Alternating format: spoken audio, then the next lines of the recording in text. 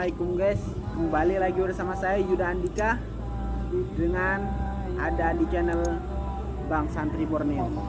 Dan kali ini saya selaku santri Sabilul Mutakin, saya akan bercerita tentang kisah Nabi Muhammad yang dilanjutkan kemarin pada tahun yang kedua guys. Apa kejadiannya? Beberapa perangan. Salah satunya perang Buadan, perang Buatin, Musyairoh, Badril Ula, perang Qorqoratil Qadri. Tapi semua itu tidak terjadi guys, kecuali apa? Perang Badar Kubro, perang Koinuko, dan perang Sawir. Apa yang dinamakan perang Koinuko? Yang dinamakan perang Koinuko adalah apa ini? Sekelompok Yahudi Madinah yang menampakkan permusuhan pada orang Islam dan mengkhianati perjanjiannya terhadap Rasulullah SAW. Kan yang sebelum-sebelumnya kan mereka kan mengadakan perjanjian dengan Nabi ya guys. Tapi orang-orang Yahudi Madinah ini malah melakukan pengkhianatan. Jadi bukan Nabi sih. Ya pokoknya terjadi perang di antara mereka. Dan yang nomor 3 adalah kemudian Rasulullah SAW mengepung mereka selama 15 malam guys. Jadi orang-orang Yahudi di Madinah itu dikepung oleh Rasulullah dan bala tentaranya selama 15 malam guys. Bayangkan coba. Dan hingga melemahkan mereka dan memasukkan rasa takut dalam hati mereka. Jadi ketika mereka terkepung guys, maka jiwa mereka ini lemah. Dan di dalam hati mereka ini terdapat rasa takut yang sangat gitu loh. Dan juga kemudian mereka meminta pada Nabi untuk meninggalkan mereka dan mengambil harta mereka. Jadi mereka orang-orang Yahudi Madinah itu meminta kepada Nabi agar apa? Untuk meninggalkan mereka. Dan mereka dengan syarat apa? Mereka mau memberikan hartanya kepada Nabi. Maka Nabi menerimanya guys. Mereka terusir dari Madinah beserta istri-istrinya. Jadi orang-orang Yahudi Madinah itu kan tadi kan punya istri. Jadi mereka terusir dari negara Madinah. Terus orang-orang Islam mengambil harta mereka dan merampas binatang-binatang mereka. Jadi setelah orang-orang Yahudi Madinah itu pergi, orang-orang Islam itu merampas barang-barang mereka. Ya ibaratkannya itu harta rampasan lah guys dari suatu peperangan. Tetapi belum sampai 1 bulan binatang-binatang ternak itu mati semua guys. Belum sampai 1 bulan orang Islam dan Rasulullah SAW menjaga binatang ternak tersebut, mereka sudah mati semua. Dan di tahun kedua ini tadi kan sudah ada perang Koinuko. Sekarang perang yang paling besar guys, perang yang paling derdeg gitu loh. Kalau misalnya di film Umar bin Khattab itu perang yang paling wow, yaitu perang apa? Perang Badar Kubro. Perang Badar Kubro ini adalah 2 kelompok yang mana Allah memuliakan memilih agama Islam. Jadi di antara 2 kelompok itu guys, yaitu orang-orang Quraisy Mekah itu orang-orang kafirnya, dan orang-orang Islam, Allah itu memuliakan orang-orang Islam, mengangkat panji Islam, menghapus kesyirikan dan menghancurkan macam-macam kemusyrikan. Jadi pada kali ini Allah mengangkat panji-panji Islam, panji-panji Islam diangkat derajatnya orang Islam dan menghapus semua kesyirikan, kafiran, musyrikan, wah semuanya lah guys. Adapun penyebabnya adalah Rasulullah SAW keluar untuk menghadang rombongan orang-orang Quraisy kembali dari Syam. Jadi ketika itu orang-orang kafir Quraisy itu kembali dari Syam. Kemudian Rasulullah SAW dan bala tentaranya itu meminta kepada bala tentaranya untuk menghadang orang-orang tersebut. Karena apa? Itu adalah harta-harta mereka yang orang-orang kafir Quraisy itu rampas dulu ketika orang-orang Islam itu masih ada di Mekah gitu loh guys. Nabi bersama 313 orang laki-laki. Ketika orang Quraisy mengetahuinya, mereka mengirim 950 orang laki-laki. ketika itu Nabi bersama 313 orang laki-laki guys, menghadang rombongan dari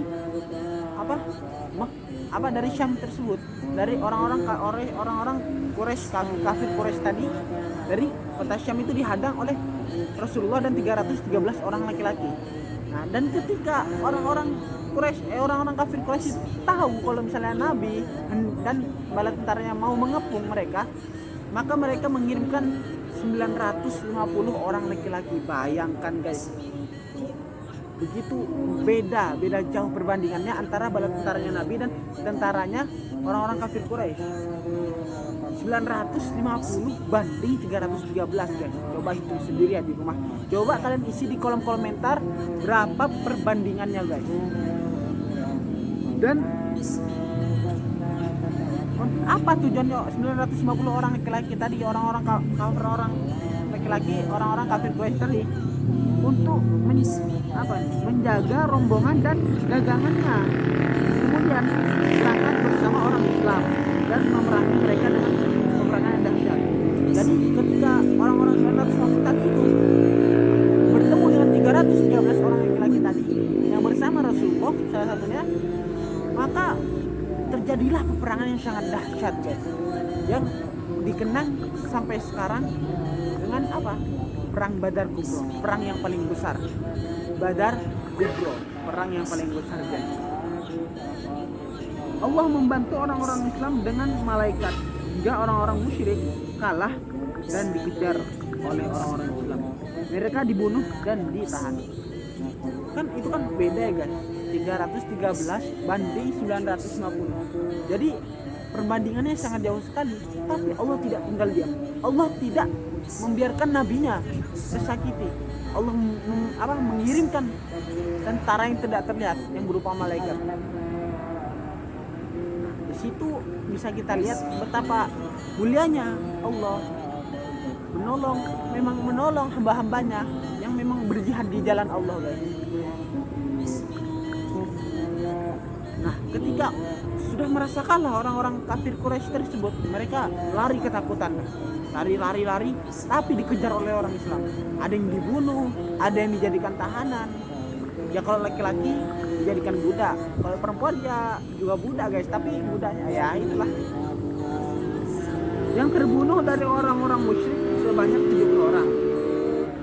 Di antaranya Abu Jahal, dan yang ditahan sebanyak 70 orang. Jadi antara yang ditahan dan yang terbunuh itu sama guys, sama-sama 70 orang. Jadi orang kafir Quraisy sebanyak 70 orang, dan tahanannya dari kafir Quraisy juga sebanyak 70 orang.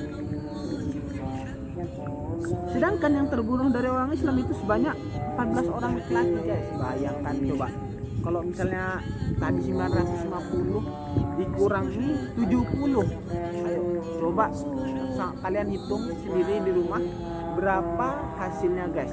Dan bayangkan 313 dikurangi 14, bayangkan berapa hasilnya. Betapa jauhnya guys. Sebenarnya kalau misalnya dipikir oleh logika kan nggak mungkin kan, tapi ketika Allah sudah menolong hambanya, ketika Allah sudah menolong Rasulnya, maka apapun tidak bisa menghalangi.